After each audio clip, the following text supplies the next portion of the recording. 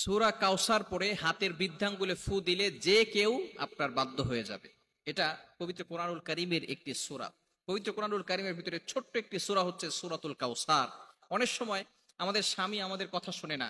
অনেক সময় কিছু মায়েরা, কিছু বোনেরা আমাদেরকে ফোন দিয়ে থাকেন, হুজুর আমার স্বামী পরকীয়ায় লিপ্ত হয়েছে, আমার স্বামী বিভিন্ন মেয়েদের সাথে কথা বলে থাকে।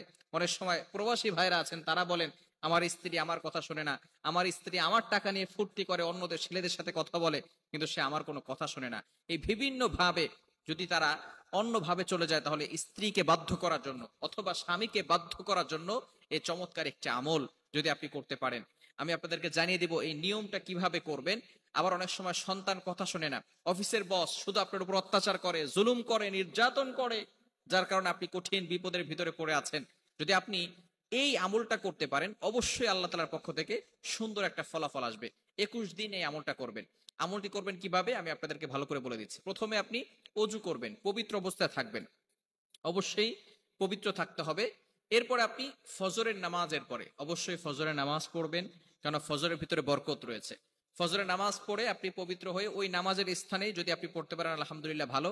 আর যদি সেখান থেকে উঠে অন্য কোনো কাজ করেন, তারপরে অজু অবস্থায় যদি সেখানে বসেন কোনো সমস্যা নাই, পড়তে পারবেন। আপনি প্রথমে অজু করবেন, অজু অবস্থায় সেখানে বসবেন, বসার পরে একবার সূরা ফাতিহা পড়বেন, এরপরে 4 কুল পড়বেন, কুল ইয়া আইয়ুহাল কাফিরুন, কুল হুয়াল্লাহু আহাদ, কুল আউযু বিরাব্বিল ফালাক, কুল আউযু বিরাব্বিন নাস। এটা পড়ে আপনার বুকে ফু দিবেন এবং পুরো শরীরকে মাসাজ করে দিবেন, আপনার শরীর বন্ধ হয়ে যাবে। এরপরে আপনি 3বার দুরূদ শরীফ পড়বেন। আমরা নামাজের ভিতরে যে দুরূদ শরীফ পড়ি, এই দুরূদ শরীফ 3বার পড়তে হবে।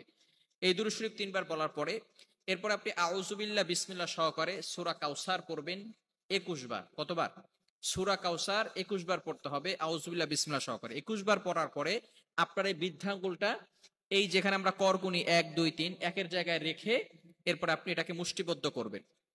এরপরে আপনি সূরা কাউসার 21 বার পড়ার পরে সেখানে ফু দিবেন। ফু দেওয়ার পরে যাকে আপনি বাধ্য করতে চাচ্ছেন হালাল ভাবে, অবশ্যই হালাল ভাবে হতে হবে, হারাম ভাবে করলে কিন্তু হবে না, অবশ্যই হালাল হতে হবে।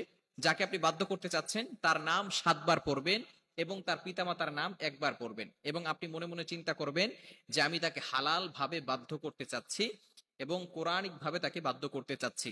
এরপরে এভাবে অনেক সময় ধরে রেখে, কিছু সময় ধরে রেখে আপনি আবারও 3 বার দুরূদ শরীফ পড়বেন, তারপরে হাতটাকে ছেড়ে দিবেন। এরপরে আপনি আল্লাহ তাআলার কাছে দোয়া করবেন। এই আমল যদি আপনি করতে পারেন ইনশাআল্লাহ, 21 দিন টানা আমল যদি করতে পারেন, অবশ্যই আল্লাহ তাআলার পক্ষ থেকে ভালো একটা ফলাফল আসবে। তবে এটা হালাল ভাবে করতে হবে, ইয়াকিনের সাথে করতে হবে। যদি কারো ইয়াকিন না থাকে, কোরআনের প্রতি যদি কারো বিশ্বাস না থাকে, তাহলে কিন্তু কঠিন মুসিবতের ভিতরে পড়ে যাবেন। ইয়াকিন থাকতে হবে কোরআনের প্রতি এবং আল্লাহর প্রতি, যে আল্লাহ তাআলা অবশ্যই আমাকে এই কোরআনের মাধ্যমে সাহায্য করবেন।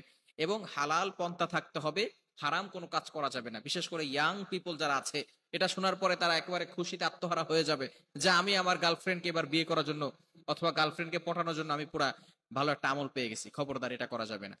এটা যারা হালাল ভাবে, স্বামী কথা শোনে না অথবা স্ত্রী কথা শোনে না, সন্তানরা কথা শোনে না, হালাল ভাবে যদি আপনি কাউকে বাধ্য করতে চান, এই আমলটা করতে পারেন। আরাম ভাবে করলে কোনো ফায়দা হবে না।